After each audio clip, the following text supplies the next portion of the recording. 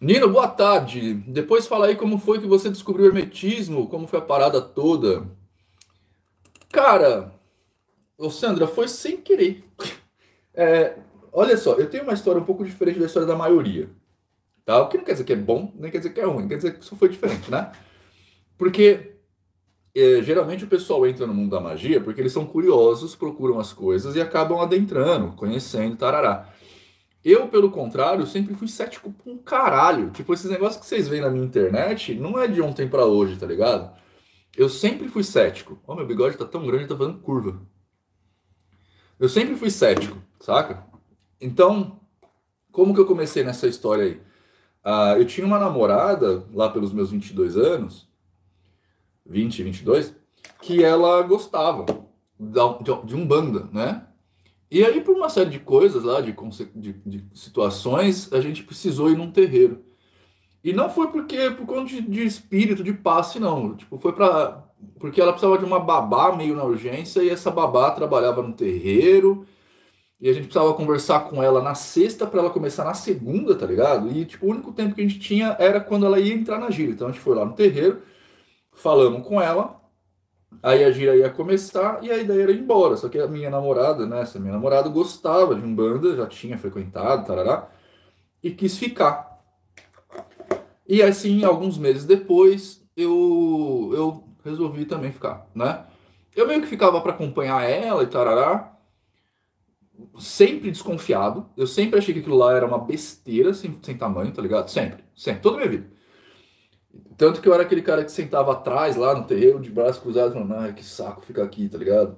Só que eu acompanhava porque a minha namorada ia, né?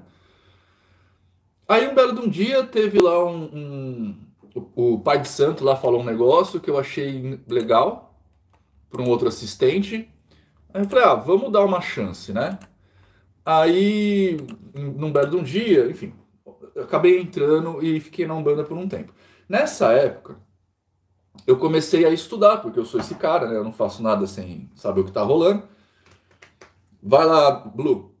Eu não faço nada sem saber o que tá rolando. Comecei a estudar, pesquisar, tarará, tarará. E nessa época eu também montei um blog por causa da minha faculdade, que era um portfólio online, na verdade. Eu queria postar os meus trabalhos, né? Só que eu já estava mega envolvido com a Umbanda, então eu comecei a postar uns desenhos que tinham a ver com a Umbanda. E aí eu comecei a escrever sobre o que eu desenhava, né? E esse blog começou a ficar famoso, porque eu não falava as coisas que todo mundo falava, exatamente porque eu era cético com relação a tudo, né? Então, por exemplo, eu comecei a levantar umas questões, tipo assim, por que que tem linha de boiadeiros, mas nessa linha de boiadeiros não podem ter boiadeiras? Porque isso era normal naquela época, né? Hoje mudou muita coisa, cara. E eu gostaria muito de pensar que eu tenho culpa, um pouquinho de culpa nisso. Não sei se, né? Mas eu levantei muito essas bandeiras. Por que que tem boiadeiros e não tem boiadeiras? Porque naquela época não existiam boiadeiras. E eu sempre perguntei, que época? Porque sempre existiram boiadeiras, né? Só que era um número muito menor, mas que tinha, tinha. Ademais, vocês não ficam falando, vivem falando aí que, tipo, guia de Umbanda é só um arquétipo, né? Que é tipo uma profissão. O cara não precisa necessariamente ter sido boiadeiro, mas ele morreu e escolheu aquela linha porque aquela linha tinha mais a ver com o trabalho dele. Se é assim, por que que não tem espíritos femininos? Esse tipo de pergunta, tá ligado? E esse tipo de coisa começou a felicitar muita gente, porque eu comecei a ver que no Brasil inteiro tinha gente que confluía nesse pensamento, mas que se escondia exatamente por questão de preconceito dos outros humanistas. E também comecei a tirar, a irritar pessoas grandes, né? Que pregavam esse tipo de coisa. Nessa época, eu já comecei a levantar questões de nível filosófico para as coisas, e aí eu chamei a atenção de um pessoal da magia. Então eu comecei a ser abordado por uma galera, tipo Rosa Crucianos, da Amorque, maçons, né? Eu recusei convite para maçonaria tipo umas 15 vezes, no mínimo, assim. Porque eu sempre achei tudo muito besteira, tá ligado? Eu sempre achei tudo muito bobagem, assim. Eu comecei a acreditar na Umbanda, e acreditei mesmo, Só que sempre com esse olhar meio cético, saca? Então, era muito normal eu não seguir as regras para ver o que acontecia. E quando, tipo, você entra, você vê, tipo, uma maçonaria te chamando com o jeito que o profano entende a maçonaria, eu falava, ah, besteira, bobagem, né? Uma dessas coisas que me chamaram foi para uma ordem hermetista. Só que aí quando me chamaram, porque eu sempre ouvi todo mundo, porque eu gosto de... Eu gosto de ouvir novas opiniões, essas coisas todas, porque assim a gente aprende, né? E aí um dia um cara me chamou para uma ordem maçônica, uma ordem hermetista, e aí ele, né, me chamou, tal, a gente começou a trocar ideia pela internet, foi legal, foi interessante. E aí um dia ele me convidou para bater um papo pessoalmente, tarará. E para mim fez muito sentido, mas porque eles também têm uma visão, tinham uma visão, tem ainda, eu ainda converso com esse mestre. Eles têm uma visão bem cientificista, né, que é meio que eu trago para vocês aqui.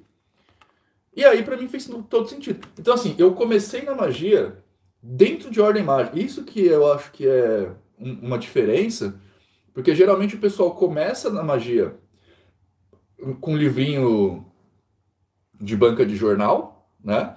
Com um livrinho PDFzinho da internet, os caras vão lendo, lendo, lendo, e em algum momento eles entram numa ordem. Eu entrei numa ordem para começar a estudar, então tipo, eu já fui preparado desde o comecinho, tá ligado? Como mago, eu não tenho preconceitos no sentido de achar que espíritos existem, essas coisas todas, porque eu já comecei dentro de uma ordem mágica, né? Então a minha forma de encarar a magia, ela naturalmente é diferente, né? Esse gota maior do que isso aqui, né? É isso, Sandra. Quero um celular melhor para gravar para o canal. Ô, Bruno, é legal você pensar sobre isso, mas pensa que eu também fiquei com um celular de 5 anos aqui gravando. Salve, mano, boa tarde. Fala aí, ASDF, ASDF.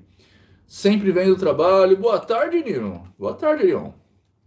Não tô com tempo ainda, Nino. Não fiquei sem luz. Nossa, aqui também tá com uma manutenção programada para quinta-feira, eu acho. Quinta-feira eu vou ficar provavelmente sem luz. Tarará, preciso. Voltando. Tarará, bom dia, Maguateu. Bom dia. Quem mais? Acabou? Quem me mandou aqui? Hoje é quinta. É, amor, hoje é quinta. O que tem? Não entendi.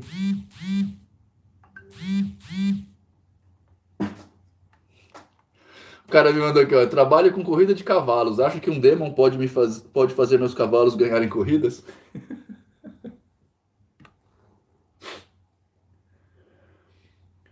Ah, então já aconteceu, então, porque era quinta de manhã. Ah, agora tá explicado muita coisa. Por que que meu micro-ondas tá sem horário, meu computador tava desligado. Muita coisa foi explicada, então, agora. Ainda bem que eu acordei tarde, assim, eu não fiquei, né? Você já pensou em se candidatar para presidente da República? Não, cara, eu nunca pensei. Eu já pensei em entrar para política, confesso. Já pensei em vereador, deputado, alguma coisa assim. Mas aí eu comecei a ver como que as coisas funcionam, porque eu cheguei até a me filiar a um partido. Mas aí, quando eu comecei a ver como as coisas funcionam, eu vi que eu ia ter que baixar muito o meu padrão ético para começar, sabe? E aí eu desisti. Como tirar a magia de dentro do corpo? Você pode me procurar nesse telefone aqui, ó, 11 9999 2833 e marcar um atendimento, cara. Fala, Samuel, eu tenho um Z4 Fold, é pesado, mas a tela grande ajuda muito nos vídeos. Z4 Fold é aquele que dobra? Z4 Fold. É, aquele que dobra. Tem uma galera muito falando mal desses celulares, né, mano? Ele é bom porque o pessoal fica falando de problema de tela, né? Aqui no Brasil tá bem ruim. Vai pra casa da Prace e não fica sem luz. É, então, mas era de manhã, eu acordei às 11, né? Então já deve ter rolado. E hoje eu vou pra casa da Prace. Mas o problema é que eu tenho uma pá de atendimento hoje, cara. Eu tava vendo aqui, inclusive, a minha agenda de hoje. Nossa, tá foda.